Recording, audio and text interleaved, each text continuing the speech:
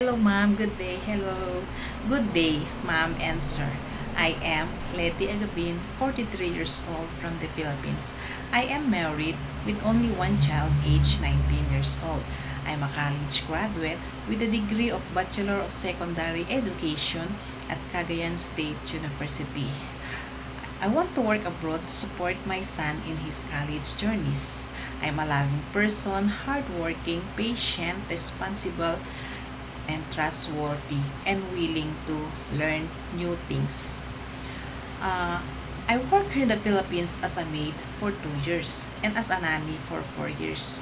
My main duties there as a maid is to take care of the 2 months old baby, to take him a bath, to prepare his milk, to change his diaper, to nap the baby to sleep, and to burp the baby before sleep.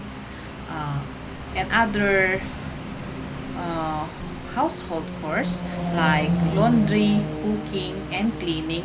And there is an elder also.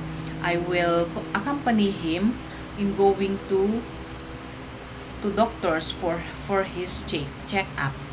And my other experience is to take as a nanny for 4 years is to take care the 2 months the 4 years old and the 7 years old, to cook them food, to to send them and to fetch them to school.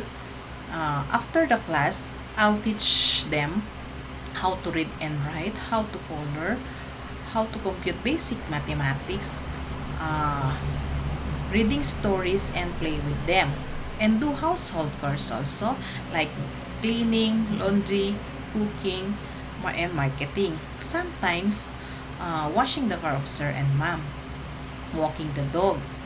And I will assure you, ma'am and sir, that I will take my duties and responsibilities, and and and to love your family as my own family.